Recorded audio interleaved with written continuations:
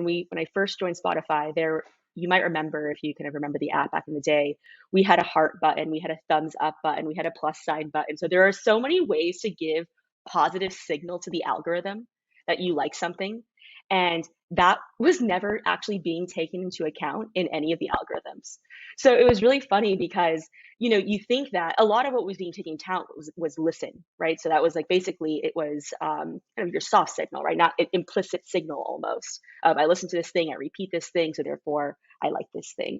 But the explicit signal of adding to a playlist or thumbs upping or hearting was not being taken into account. And there was actually this aha moment that we had, which is like, wait, why are we taking explicit signal into account to integrate into our algorithms? Well, one, it was a little bit costly, but the other thing that we realized is that there were so many ways to give explicit signal, and we didn't know what it meant. And so you have thumbs and you have hearts and you have pluses, and it's like, wait, well, what does a user actually think that this signal, this explicit signal is doing, and how do we interpret that? And so actually the first thing that we had to do, we actually got a lot of PMs and engineers into a room because they were owned by different parts of the business, like those individual symbols or input items.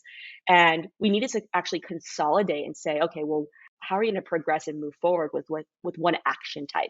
And is that the right move? Like, should we have more than one action type to signal, love versus add to playlist versus XYZ?